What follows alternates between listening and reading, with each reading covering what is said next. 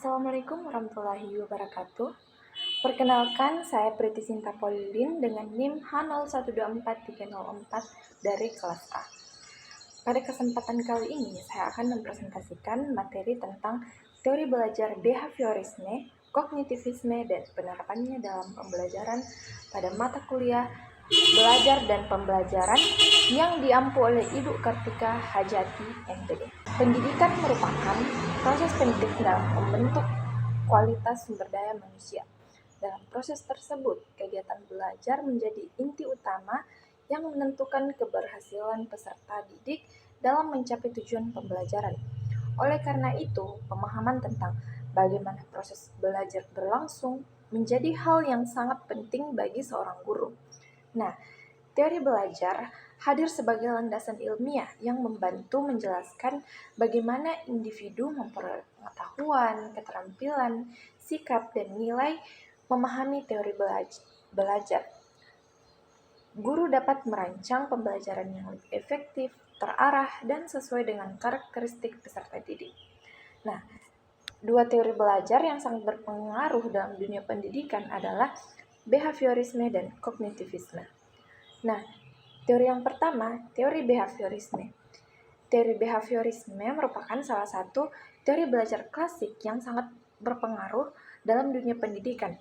Teori ini berfokus pada perubahan perilaku yang dapat diamati sebagai hasil dari proses belajar. Dalam pandangan behaviorisme, proses mental seperti berpikir, memahami, atau mengingat tidak menjadi fokus utama karena hal tersebut tidak dapat diamati secara langsung. Nah, menurut behaviorisme, belajar terjadi melalui interaksi antar individu dengan lingkungannya yang diwujudkan dalam hubungan antar stimulus atau rangsangan dan respon atau tanggapan. Jika suatu respon diperkuat melalui penguatan atau reinforcement, maka perilaku tersebut akan cenderung diulang. Nah, adapun tokoh-tokoh utama dalam teori ini antara lain Ivan Pavlov yang terkenal dengan eksperimen anjing dan konsep classic conditioning. John B. Watson yang menerapkan bahwa perilaku manusia dapat dipelajari dan dikendalikan oleh lingkungan. B.F. Skinner yang mengembangkan konsep operant conditioning melalui reinforcement. Selanjutnya, prinsip-prinsip utama dalam teori behaviorisme. Yang pertama adalah stimulus respon atau ISR. Artinya, belajar terjadi karena adanya hubungan antara rangsangan dan tanggapan. Jadi, ketika seseorang diberikan stimulus atau rangsangan, maka dia akan memberikan respon tertentu. Misalnya, ketika guru memberi pertanyaan, siswa menjawab itu contoh sederhana dari ISR. Yang kedua adalah reinforcement atau penguatan. Penguatan ini ada dua, yaitu positif dan negatif. Penguatan positif misalnya memberi pujian atau hadiah ketika siswa menjawab dengan benar, sedangkan penguatan negatif itu lebih ke menghilangkan sesuatu yang tidak menyenangkan agar perilaku baik muncul. Tujuannya sama, yaitu memperkuat perilaku yang diinginkan. Selanjutnya ada punishment atau hukuman. Ini digunakan untuk mengurangi atau menghentikan perilaku yang tidak diinginkan. Contohnya, ketika siswa melanggar aturan, guru bisa memberi konsekuensi agar siswa tidak mengulanginya lagi. Berikutnya adalah shaping atau pembentukan perilaku. Dalam behaviorisme, perilaku tidak langsung terbentuk sempurna, tetapi melalui proses bertahap. Jadi, setiap kemajuan kecil tetap dihargai sampai akhirnya mencapai perilaku yang diharapkan. Dan yang terakhir adalah drill dan latihan. Ini sangat penting karena behaviorisme menekankan pengulangan. Dengan sering berlatih atau pengulangan, suatu perilaku atau kebiasaan akan semakin kuat dan otomatis. Selanjutnya, kita masuk ke dalam karakteristik pembelajaran behaviorisme. Pembelajaran yang menggunakan pendekatan behaviorisme memiliki beberapa karakteristik khas yang membedakan dari teori-teori belajar lainnya. Karakteristik ini dapat dilihat dari beberapa guru, aktivitas siswa, serta proses pembelajaran yang berlangsung di kelas.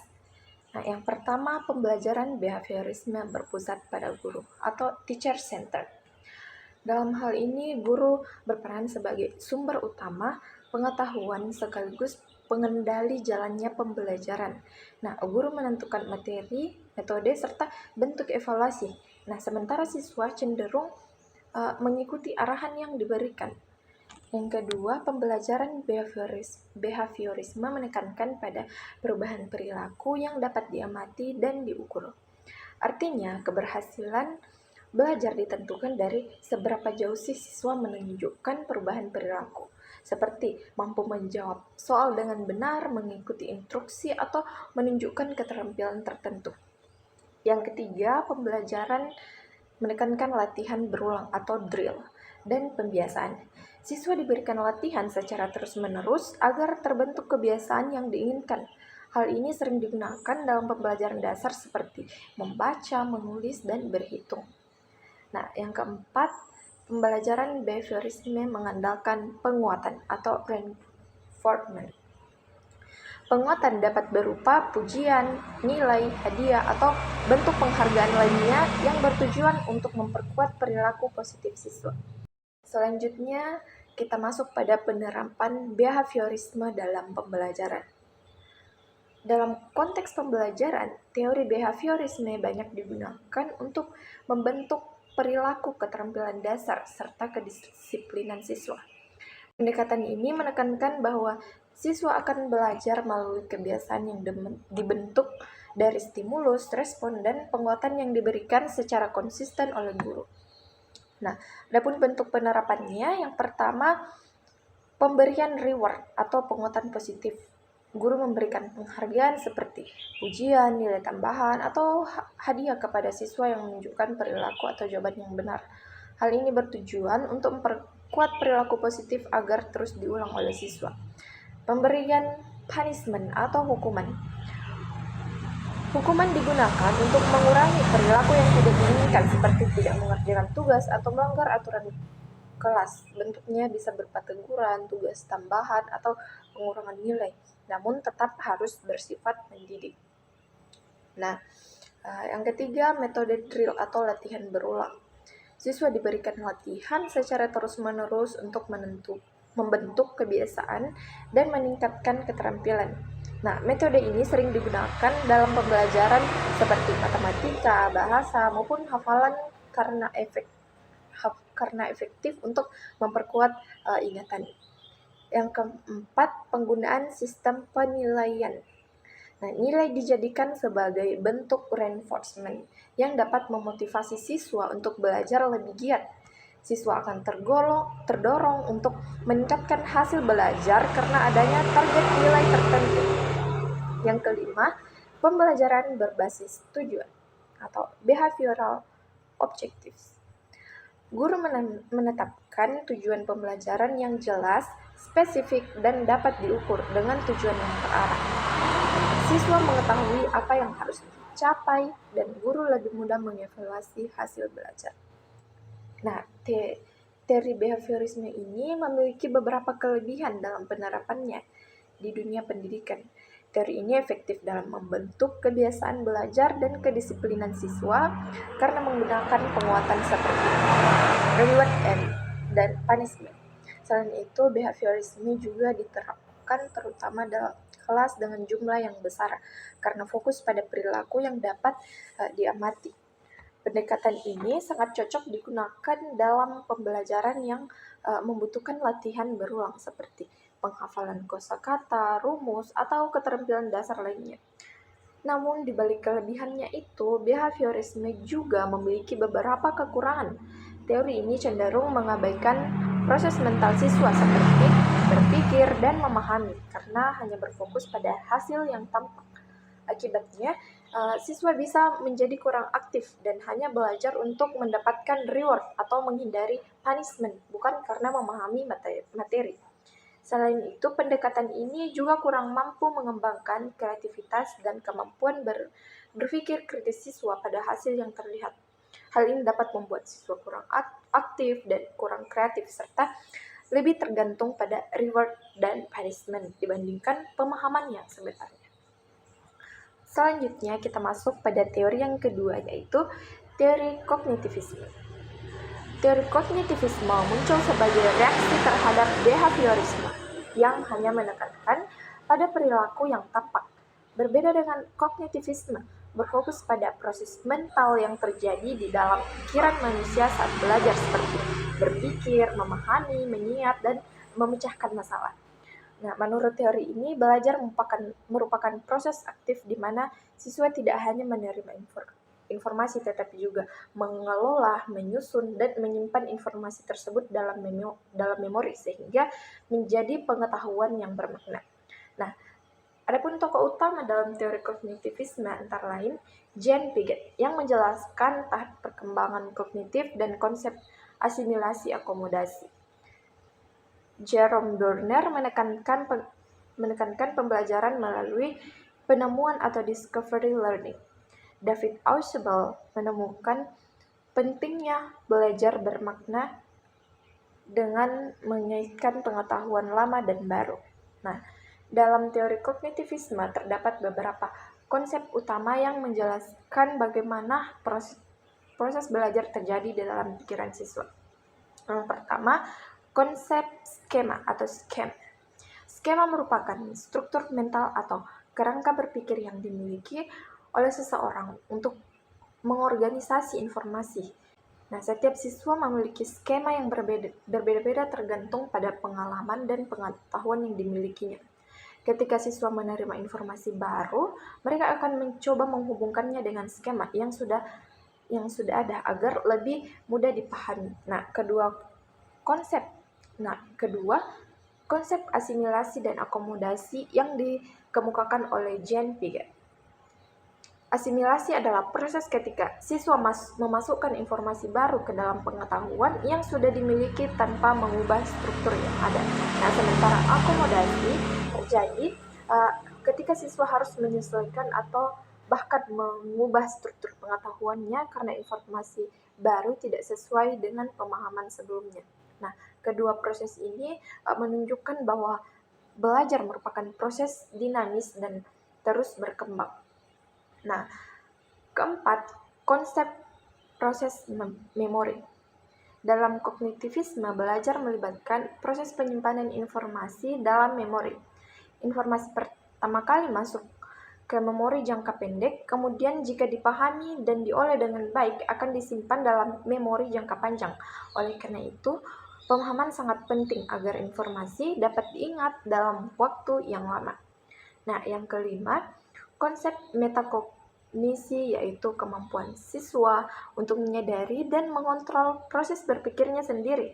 Siswa yang memiliki kemampuan metakognitif yang baik akan lebih mampu merencanakan cara belajar, memantau pemahamannya, serta mengevaluasi hasil belajar. Hal ini sangat penting dalam pembelajaran modern karena mendorong siswa menjadi pembelajar mandiri. Nah, selanjutnya, penerapan kognitivisme dalam pembelajaran. Yang pertama, mengaitkan pengetahuan awal. Guru menghubungkan materi baru dengan pengalaman atau pengetahuan yang sudah dimiliki siswa agar lebih mudah dipahami. Yang kedua, penggunaan media pembelajaran. Media seperti gambar, video, diagram, atau animasi digunakan untuk membantu siswa memahami konsep secara visual dan konkret. Yang ketiga, mind mapping atau peta konsep. Siswa membuat peta konsep untuk mengorganisasi dan menghubungkan informasi sehingga lebih mudah diingat. Yang keempat, diskusi dan problem solving. Siswa diajak berdiskusi dan memecahkan masalah untuk melatih kemampuan berpikir kritis dan analitis. Yang kelima, pembelajaran discovery learning. Siswa didorong untuk menemukan konsep sendiri melalui eksplorasi sehingga pembelajaran menjadi lebih bermakna. Dan selanjutnya, kelebihan dan kekurangan teori kognitivisme. Nah, teori kognitivisme ini memiliki kelebihan dalam membantu siswa memahami materi secara lebih mendalam. Pendekatan ini mendorong siswa untuk aktif berpikir, mengelola informasi, dan mengaitkan pengetahuan baru dengan pengalaman yang sudah dimiliki. Dengan demikian, pembelajaran menjadi lebih bermakna dan tidak sekedar hafalan. Selain itu, kognitivisme juga meningkatkan kemampuan berpikir kritis, analitis, dan pemecahan masalah siswa. Nah, meskipun kognitivisme juga memiliki beberapa kekurangan, penerapannya sering kali membutuhkan waktu yang lebih lama karena proses pembelajaran menekankan pemahaman bukan sekedar hasil. Selain itu, tidak semua siswa memiliki kesiapan atau kemampuan kognitif yang sama, sehingga guru perlu memberikan perhatian lebih dalam mengelola kelas. Pendekatan ini juga menentukan kreativitas dan kesiapan guru dalam merancang pembelajaran yang menarik dan sesuai dengan kebutuhan siswa. Nah, kesimpulannya, teori behaviorisme dan kognitivisme merupakan dua teori belajar yang memiliki peran penting dalam dunia pendidikan. Behaviorisme menekankan bahwa belajar adalah perubahan perilaku yang dapat diamati sebagai hasil dari hubungan antara stimulus dan respon, serta diperkuat melalui reinforcement dan teori ini efektif dalam membentuk kebiasaan, keterampilan dasar, dan kedisiplinan siswa.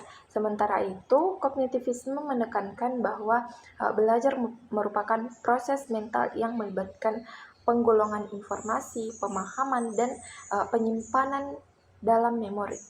Nah, teori ini membantu siswa memahami materi secara lebih mendalam dan bermakna, serta mendorong kemampuan berpikir kritis. Nah, kedua teori ini memiliki perbedaan dalam fokus dan pendekatan, namun tidak saling bertentangan. Justru keduanya dapat saling melengkapi dalam praktik pembelajaran. Behaviorisme dapat digunakan untuk membentuk perilaku dan kebiasaan dasar, sedangkan kognitivisme digunakan untuk meningkatkan pemahaman dan kemampuan berpikir siswa. Sekian dari saya. Wassalamualaikum warahmatullahi wabarakatuh.